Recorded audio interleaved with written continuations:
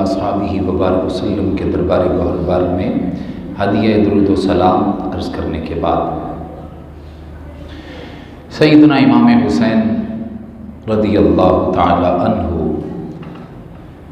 آپ کو اگرچہ بڑے کمالات، بڑی عظمتیں اور بڑی شانیں حاصل ہیں، مگر سب سے بڑی شان آپ کی یہ ہے کہ آپ کو نبی پاک صلی اللہ علیہ وسلم کی گود میں پرورش پانے کا موقع ملا۔ آپ کی تربیت نبی پاک صلی اللہ علیہ وسلم نے خود فرمائی۔ کوئی ہمیں مہذب اچھا بچہ نظر آئے تو ہمارا تصور فوراً اس کے والدین کی طرف جاتا ہے، کتنا اچھا گھرانہ ہوگا، کتنے اچھے والدین ہوں گے، ان کے گھر کا سیٹ اپ کتنا اچھا ہوگا، اس کے والد کیسے ہوں گے، اس کی والدہ کیسی نیک ہوں گی، جنہوں نے اپنے بچے کو اس قدر سلجھایا، سمجھایا اور تیار کیا ہے۔ تو جس جگہ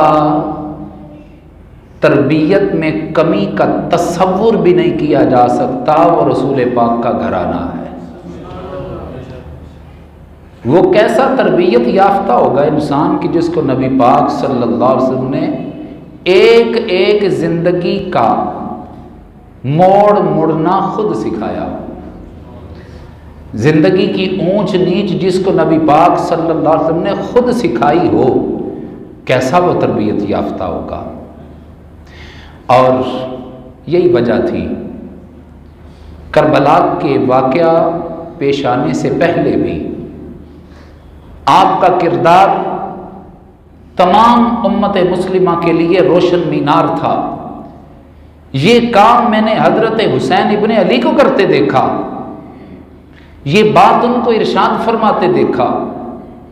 سب سے زیادہ مستند کام حضرت امام علی مقام امام حسین کا ہوتا کہ آپ کوئی غلط کام نہیں کر سکتے، کیونکہ آپ کی تربیت خود رسول پاک نے فرمائی ہے۔ کربلا کے راستے میں جو آپ کا حوصلہ تھا، کربلا کے پھر تمام اتار چڑھاؤ میں جو آپ کی استقامت تھی، کربلا کے آخری لمحات میں شدت کی انتہا کے وقت آپ کا جو صبر تھا، اور پھر سر حسین نے جو برنو کے نیزہ بھی تلاوت قرآن کی اور بتایا سر حسین کٹا بھی سجدے میں ہے، ان تمام شعبہ جات کے اندر بعد میں آنے والی تمام امت مسلمہ کے لیے بڑے سبق موجود ہیں، بڑے اسباب موجود ہیں، بڑے مضامین مضمون ہیں، اور ایک ایک مضمون پر پورا پورا مدرسہ قائم کیا جا سکتا ہے۔ ایسا تھا کردار حسین۔ ہم نے کربلا کے واقعہ کے بارے میں جانا، سنا، پڑھا، اور یہ کہہ کر سبحان اللہ کہہ دیا کہ جناب امام علی مقام امام حسین رضی اللہ عنہ کا کردار یزید کے مقابلے میں بڑا روشن تھا، واہ واہ سبحان اللہ کیا بات ہے آپ کی۔ مگر اگلی بات جو درس کربلا کے لحاظ سے ہمارا زیور بننی چاہیے تھی وہ تو یہ ہے کہ امام علی مقام امام حسین رضی اللہ عنہ نے اپنے رفقا کا خون پیش کر کے اپنے ساتھیوں کا 72 تنوں کے سر اتروا کر شہید کروا کے سبق ہمیں یہ دیا ہے کہ میرا یہ کردار صرف اس یزید کے مقابلے میں ہی نہیں بلکہ اے بعد والو اسلام زندہ ہوتا ہے ہر کربلا کے بعد، اس کے بعد بھی کئی کربلائیں آئیں گی، اس کے بعد بھی کئی یزید سر اٹھائیں گے۔ میرا یہ روشن کردار قیامت کی دہلیز تک پیدا ہونے والے تمام حسینیوں کے لیے ہے جو میرے کردار کو سلام عقیدت پیش کر رہے ہیں، جو میری جرت کو سلوٹ کر رہے ہیں، ان کو میں سبق بھی یہ پڑھا رہا ہوں کہ جب جب یزیدیت اپنے گندے ارادوں کے ساتھ سر اٹھائے، جس محکمہ میں، زندگی کے جس شعبہ میں، جس مقام پر بھی تم یزیدیت کو سر اٹھاتے دیکھو، حسین کے انکار کی طرح ڈٹ جانا تمہارا سبق ہے، حسین کے انکار کی طرح جبل استقامت بن جانا تمہارے لیے سبق ہے۔ اور جو ڈٹ جاتا ہے اللہ تعالیٰ اسے مقام کیا عطا فرماتا ہے؟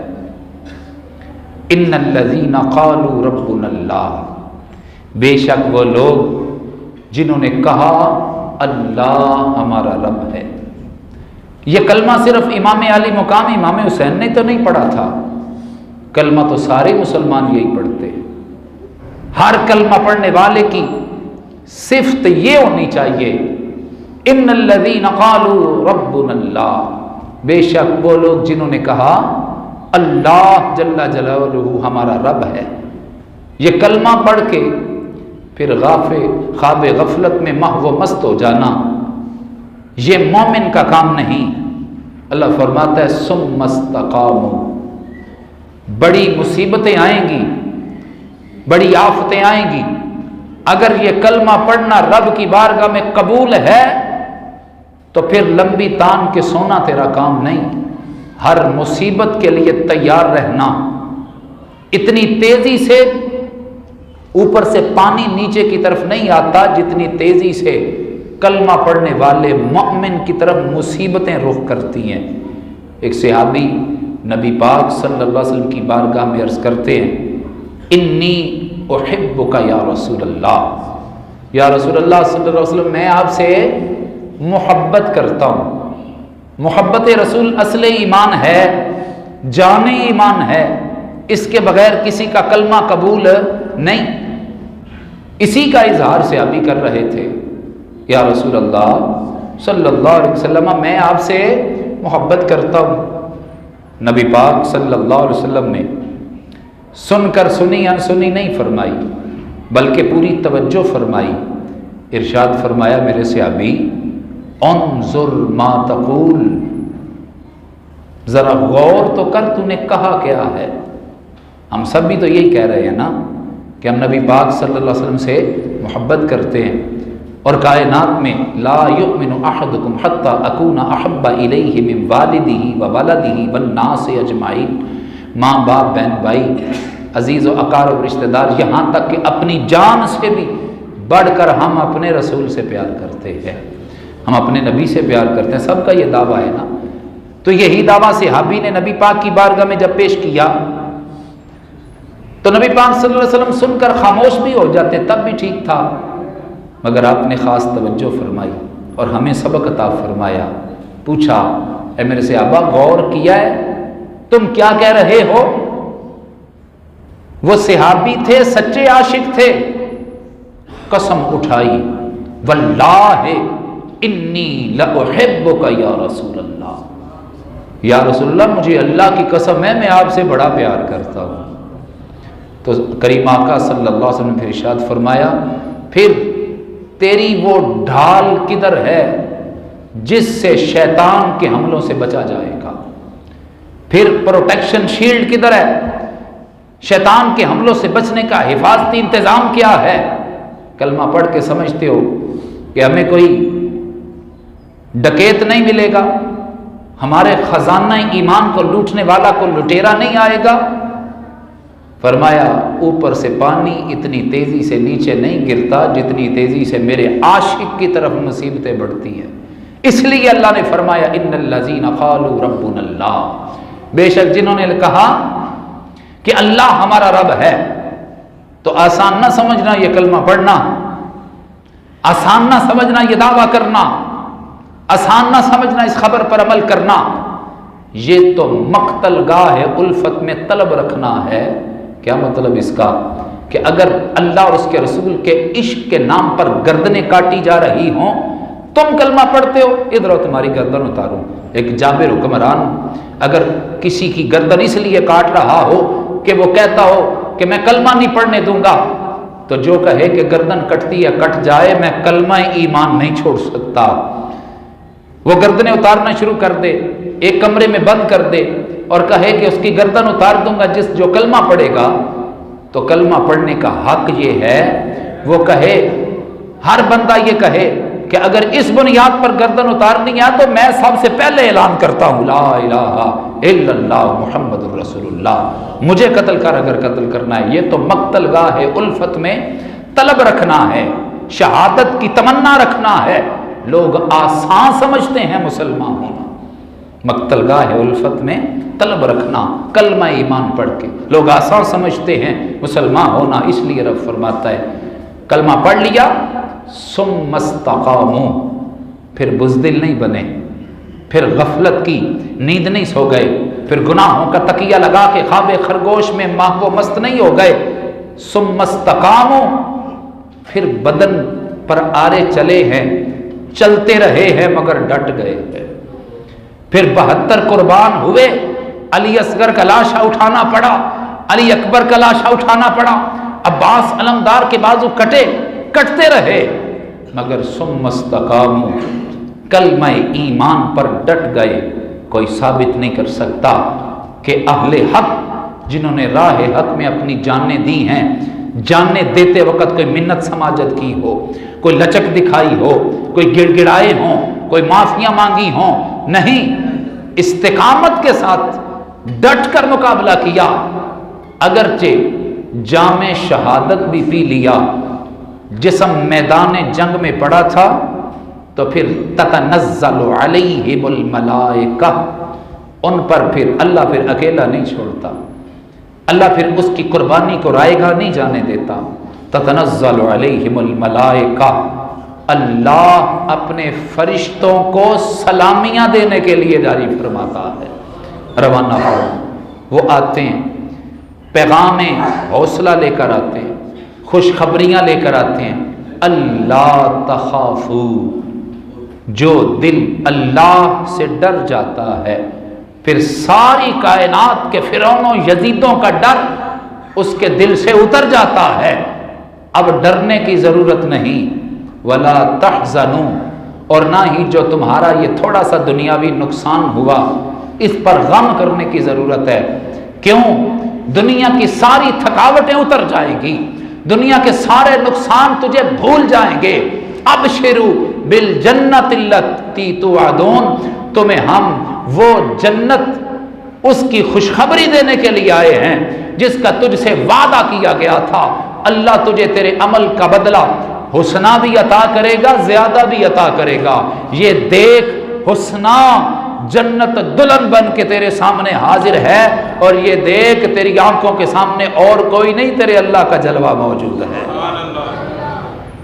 اس جنت کی بشارت شہید کی روح کو سب سے تیزی سے، باقی بھی اللہ کے اولیاء ہوتے ہیں، اغواث، اقطاب، صلحاء، صدیقین ہوتے، کسی کی روح کو اتنی تیزی سے رب کی بارگاہ میں پیش نہیں کیا جاتا جتنی تیزی سے شہید کو رب کی بارگاہ میں پیش کیا جاتا ہے۔ ادھر اس پر دشمن کا وار ہوتا ہے، ادھر اس کی آنکھ میں اللہ کا دیدار ہوتا ہے۔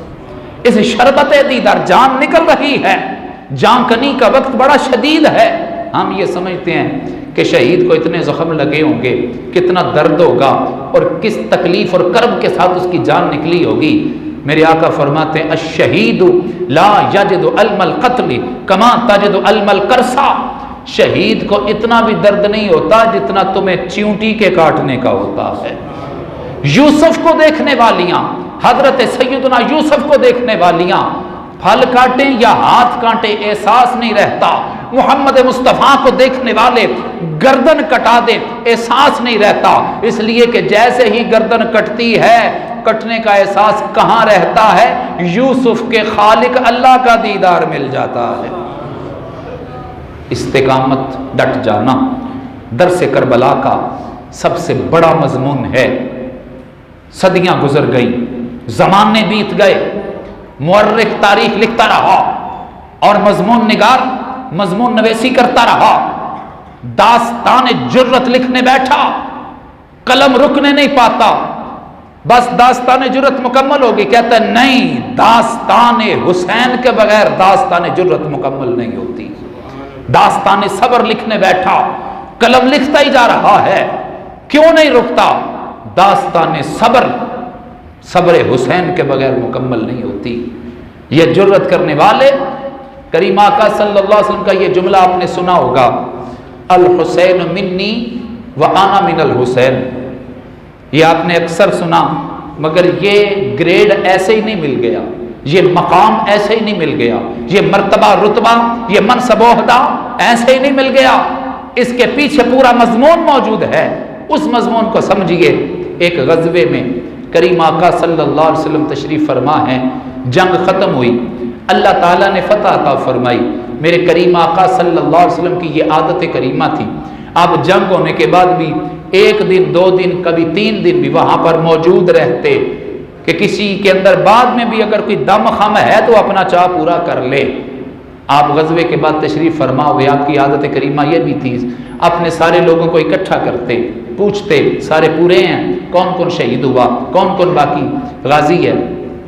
صحابہ حاضر ہوئے، ابھی بہت سارے لوگ لاپتہ ہیں، جی جاؤ پتہ کرو جا کے. تھوڑی دیر بعد پھر حاضر ہوئے، سب کا پتہ چل گیا فلاں فلاں شہید ہو گئے، باقی آپ کے سامنے ہیں. نبی پاک صلی اللہ علیہ وسلم ارشاد فرماتے ہیں، جس نے میرے نام کا کلمہ پڑھا ہے وہ النبی اولا بالمؤمنین، مؤمنین کی جانوں سے بھی زیادہ اس کا نبی قریب ہے. تم کہتے ہو سارے آ گئے، لیکننی افقد جلیبیبا، مگر میں دیکھ رہا ہوں میرا جلیبیب نظر نہیں آ رہا. نہ شہیدوں میں نام لیا تم نے اور نہ ہی سامنے موجود ہے. جاؤ جا کے تلاش کرو، اطلبو، تلاش کرو. جب تلاش کیا گیا فطلب فی الموتى، لاشوں کا ڈھیر لگا تھا، پتہ نہیں چلا. حضرت جلیبیب کا جسم ان کافروں کے جسموں کے درمیان پڑا تھا. جا کر خبر دی گئی، یا رسول اللہ صلی اللہ علیہ وسلم جلیبیب مل گئے ہیں، میدان جنگ میں ان کا جسم پڑا ہے. آقا کریم صلی اللہ علیہ وسلم نے یہ نہیں فرمایا ٹھیک ہے اس کو دوسرے شہیدوں کے ساتھ تدفین کے معاملے میں شامل کرو، نہیں، اپنی جگہ سے اٹھے. یہی تو بتانا مقصود تھا، نگاہ نبوت نے یہی تو سمجھانا تھا تمہیں. خود اٹھے، اپنے صحابہ کو ساتھ لیا، وہاں پہنچے اور دیکھا بھی دکھایا بھی. دیکھو جلیبیب یہ کون ہے؟ کہنے کو ایک عام سولجر، ایک عام سپاہی ہے، مگر میں تمہیں بتا رہا ہوں آج کی جنگ کا مین آف دی میچ جلیبیب ہے. دیکھو اس کے اردا گرد 8 کافروں کی لاشیں پڑی ہیں. 8 کافروں نے، جنگجوؤں نے، جنگ کے ماہروں نے اس کو گھیرا ڈال رکھا تھا، مگر یہ گھبرایا نہیں، یہ بھاگا نہیں. اس نے ان سے جینے کی رحم کی بھیک نہیں مانگی، ہر ایک کا ڈٹ کے مقابلہ کیا. خود شہید تو ہو گیا ہے مگر 8 کافروں کو واصل جہنم کرنے کے بعد شہید ہوا ہے. یہ میرا شیر دل صحابی، یہ صاحب استقامت میرا غلام. سنو، جو اس طرح استقامت ڈٹ جائے گا انعام کیا ملے گا؟ ھذا منی و انا منہ. میرے آقا نے وہ تاریخی جملہ بولا، یاد رکھنا یہ جلیبیب مجھ سے ہے، میں محمد الرسول اللہ اس سے ہوں. یہ اعزاز بھی بڑا تھا، یہ اعزاز بھی بڑا تھا. اتنا ہی کافی ہوتا مگر میرے آقا کریم صلی اللہ علیہ وسلم نے آگے بڑھے، صحابہ کو پیچھے رکھا، تم پیچھے ہو جاؤ. اکیلے میرے کریم آقا صلی اللہ علیہ وسلم نے اپنے مبارک ہاتھوں پر جلیبیب کا جسم اٹھایا، خود لحد میں اتارا اور بتایا کہ جو اس طرح دلیر بنے گا، ڈٹ جائے گا، حق کے مقابلے میں سینہ سپر ہو جائے گا. پہاڑ اپنی جگہ سے سر کے سرک سکتا ہے مگر میرے نام کا کلمہ پڑھنے والا ایک سوتر بھی پیچھے نہیں ہٹ سکتا. جو اس طرح ڈٹ جائے گا اس کو اللہ کی بارگاہ میں بھی اونچا مقام ملے گا، مصطفیٰ کی بارگاہ میں بھی اونچا مقام ملے گا. امام علی مقام امام حسین رضی اللہ تعالیٰ سے جب یہ کہا جا رہا تھا جناب 72 تانے ہیں، مقابلہ ہی کوئی نہیں نا، جوڑ ہی کوئی نہیں، جنگ کرنے کا سوچا بھی نہیں جا سکتا سوائے شہادت کے. کربل کی زمین کو اہل بیت اطہار کی خون سے رنگین کرنے کے اور کچھ نہیں ہے. لہذا چلو اور کچھ نہیں، آپ یزید کی بیعت نہیں کرتے، صرف یہ کہہ دے کہ میں یزید کے خلاف اب تقریر نہیں کروں گا، میں مدینہ شریف چلا جاتا ہوں، رسول پاک صلی اللہ علیہ وسلم کی گدی پر بیٹھ جاؤں گا، میں پیری مریدی کرنا شروع کر دیتا ہوں، میں تویزوں کے ریٹ لکھ کے لگا دیتا ہوں، اور بہت سارا میرا ویسے ہی ہلکا احباب ہے، مجھے کیا ضرورت ہے؟ میرے امام علی مقام امام حسین رضی اللہ عنہ کو زبان بندی کا کہا گیا، آپ نہیں یزید کی بیعت کرتے، لچک اختیار کر لیں، راستہ تھوڑا سا چینج کر لیں۔ امام علی مقام امام حسین کہنے لگے 22,000 20,000 کی دھمکیاں دینے والوں، 72 تنوں کو ساتھ دیکھ کر حسین کو بزدل نہ سمجھنا، یہ 72 واپس بھی چلے جائیں، یزیدی لشکر سے اکیلا حسین ٹکرا جائے گا۔ اس جرت کو دیکھ کر، اس استقامت کو دیکھ کر نگاہ نبوت نے پہلے ہی ارشاد فرما دیا تھا، میں دیکھ رہا ہوں میرا دلیر حسین ہے، میں دیکھ رہا ہوں میرا جری حسین ہے، میں دیکھ رہا ہوں میرا صاحب استقامت حسین، الحسین منی وانا من الحسین، حسین مجھ سے ہے، میں حسین سے ہوں۔ آخری تقریر کیا تھی؟ رات کو بیٹھے ہیں، صبح جنگ ہونی ہے، رات کو بیٹھے ہیں، آؤ جی اسٹریٹجی تیار کر لیں، منصوبہ بندی کر لے، جنگ کیسے کرنی ہے، کون میرے آگے لڑے گا، کون نواز رسول کے پیچھے لڑے گا، کون رسول اللہ کے بیٹے کے دائیں بائیں لڑے گا، کس طرح جنگ کرنی ہے۔ جنگ کرنے سے پہلے جو میٹنگ ہوتی ہے وہ کمانڈروں کی میٹنگ ہوتی ہے کہ کس طرح سے حکمت عملی طے کی جائے گی۔ ان باتوں میں سے ایک بات بھی نہیں کی، بات کی ہے تو کیا کی ہے؟ اے مدینہ المنورہ سے لے کر کربل کی سرزمین تک میرا ساتھ دینے والوں، تمہاری وفا کو حسین سلام کرتا ہے۔ جس طرح تم نے اس وقت سے لے کر اب تک میرا ساتھ دیا، مگر اب میں نہیں چاہتا، جو صبح ہونا ہے تم لوگوں کو پتہ ہے، میں نہیں چاہتا میری وجہ سے کسی کو کوئی رنج پہنچے، تکلیف پہنچے، کوئی یہ کہے کہ میں تو شہید نہیں ہونا چاہتا تو میں تو ساتھ دیتا مارا گیا، میری وجہ سے کسی کے بیوی بچوں کو تکلیف ہو، میں ایسا نہیں چاہتا۔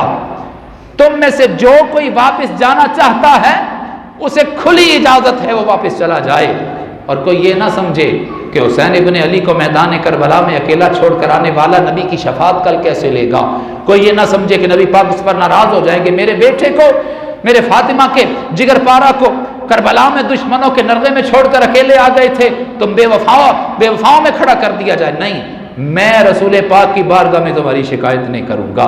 اور رہی بات اس بھری مجلس سے، اگر کوئی اٹھ کر باہر جاتا ہے تو سارا مجمع اس کی طرف دیکھتا ہے کہ اس کو کیا ہوا، یا تو یہ بیزار ہو گیا ہے، یا تھک گیا ہے، یا اسے کوئی مسئلہ بن گیا ہے، اس کو نہیں جانا چاہیے تھا، آداب مجلس کے خلاف ہے۔ یہاں پر چراغ جل رہا ہے، سب کے چہرے ایک دوسرے کے دیکھ رہے ہو، کوئی شرمندگی محسوس کرے کہ میں اب سب کے سامنے جاؤں، مجھے شرم آتی ہے، لو چراغ بند کر دیتا ہوں، جو چاہے اندھیرے میں سے ہی پیچھے چلا جائے۔ کافی دیر چراغ بند رکھا، جب کافی دیر بعد چراغ روشن کیا، 72 بیٹھے تھے، 72 ہی نعرے لگاتے نظر آ رہے تھے۔ ایک آپ ہی تو نہیں ہے راہ محبت میں شکستہ حال، اس راستے میں اور بھی اشفتہ سر ملے۔ اے امام علی مقام، آپ حکم فرمائیں، پڑے گی ضرورت تو دیں گے ہم لہو کا تیل چراغوں میں جلانے کے لیے۔ اور پھر کربل کی صبح سب نے دیکھا کہ آپ اہل بیت اطہار کے خون کے ساتھ آپ کا جسد مبارک کربلا میں پڑا ہے۔ اے عصر حاضر گواہ رہنا، چراغ الفت جلایا ہم نے، راہ وفا کے قدم قدم پہ ہمارے لہو کے دیے جلیں گے۔ میرے امام علی مقام امام حسین کے بارے میں بولنے والے کہتے ہیں جی وہ تو خروج کر کے گئے تھے، ان کو بغاوت نہیں کرنی چاہیے تھی۔ سنو، توہین ہے یہ اہل بیت اطہار کی۔ میرے امام علی مقام نہ ہی لڑنے کے لیے گئے تھے، نہ ہی آپ نے بغاوت کی تھی۔ کس لیے گئے تھے؟ اگر لڑنے کے لیے جاتے تو میں یقین سے کہہ سکتا ہوں لاکھوں مسلمان آپ کے ساتھ ہوتے، مگر لڑنے کے لیے نہیں گئے تھے۔ وہ لاکھوں مسلمانوں کو ساتھ کیوں نہ لے کے گئے؟ نظریہ حسین اگر سمجھ آ جائے تو پھر یہ سوال نہیں اٹھتا، جو ساتھ موجود 72 تنوں کو بھی چھٹی دے رہے ہوں اور کہہ رہے ہوں تم چلے بھی جاؤ گے، سر حسین پھر بھی یزید کے سامنے جھک نہیں پائے گا۔ یہ تھا عشق کا سبق جو مصطفیٰ کی گود سے امام علی مقام کو ملا۔ آج مدارس کے اندر جو سند دی جاتی ہے اور اسے فارغ کر دیا جاتا ہے، جو عملی زندگی میں اب جا کے کردار ادا کرو، یہ مستند عالم دین ہے۔ مکتب عشق کا یہ انداز بھی نرالا ہے، جسے عشق کے سکول سے سند ملتی ہے، جس کو عشق کے مدرسے سے سند ملتی ہے، تو اس کا دستور انداز کیا ہوتا ہے؟ مکتب عشق کا دستور نرالا دیکھا، اسے چھٹی نہ ملی جس نے سبق یاد کیا۔ میں نے سند لے لی ہے، اب امتحان کی باری ہے، اب میرا عملی کردار سامنے آنے کی باری ہے۔ امام علی مقام کے ساتھ دوسرے طالب علموں نے بھی عرض کی، حضور آپ اگر امتحان دینا چاہتے ہیں تو ہم بھی آپ کے ساتھ اس امتحان میں شرکت کرنا چاہتے ہیں، اگرچہ آپ کے قدموں پہ ہمارے سر کٹیں گے مگر پیغام یہ دیں گے، یاد رکھنا یہ قتل حسین معمولی نہیں، قتل حسین اصل میں مرگ یزید ہے۔ اسلام زندہ ہوتا ہے ہر کربلا کے بعد، صرف یہی یزید نہیں، اس کے بعد بھی یزید پیدا ہوں گے۔ آج پاکستان ہو یا اہل اسلام ہو، ہر قسم کی یزیدیت اہل اسلام پر مسلط ہے، ہر قسم کا ظلم و ستم اہل اسلام پر آزمایا جا رہا ہے۔ اعتقادی ظلم ہے، مظلوم مسلمان ہے، اقتصادی ظلم ہے، مظلوم مسلمان ہے، بے حیائی کا ظلم مظلوم مسلمان ہے، عفتوں کے شیشے ٹوٹ رہے ہیں مظلوم مسلمان ہے، غربت کا ظلم ہے مظلوم مسلمان ہے۔ اسلام زندہ ہوتا ہے ہر کربلا کے بعد۔ اے حسین کا جھنڈا پکڑنے والوں، آج وقت ہے حسینی جھنڈا بلند کر دو اور بتا دو آج بھی حسینی علمدار موجود ہیں، آج بھی حسینی کردار ادا کرنے والے موجود ہیں۔ اگر ہم آج کردار ادا نہ کر سکے تو پھر کل قیامت کے دن امام حسین کے لشکریوں میں ہم شامل نہیں ہو سکتے۔ آج وقت کے یزید کے خلاف آواز بلند کرنے کی ضرورت ہے۔ اللہ تعالی ہمیں جرت حسین سے خیرات عطا فرمائے، صبر حسین سے خیرات عطا فرمائے، پیغام حسین کو اپنانے کی توفیق عطا فرمائے۔ آج رات، کل 10ویں کو، ہفتے کی رات کو انشاءاللہ العزیز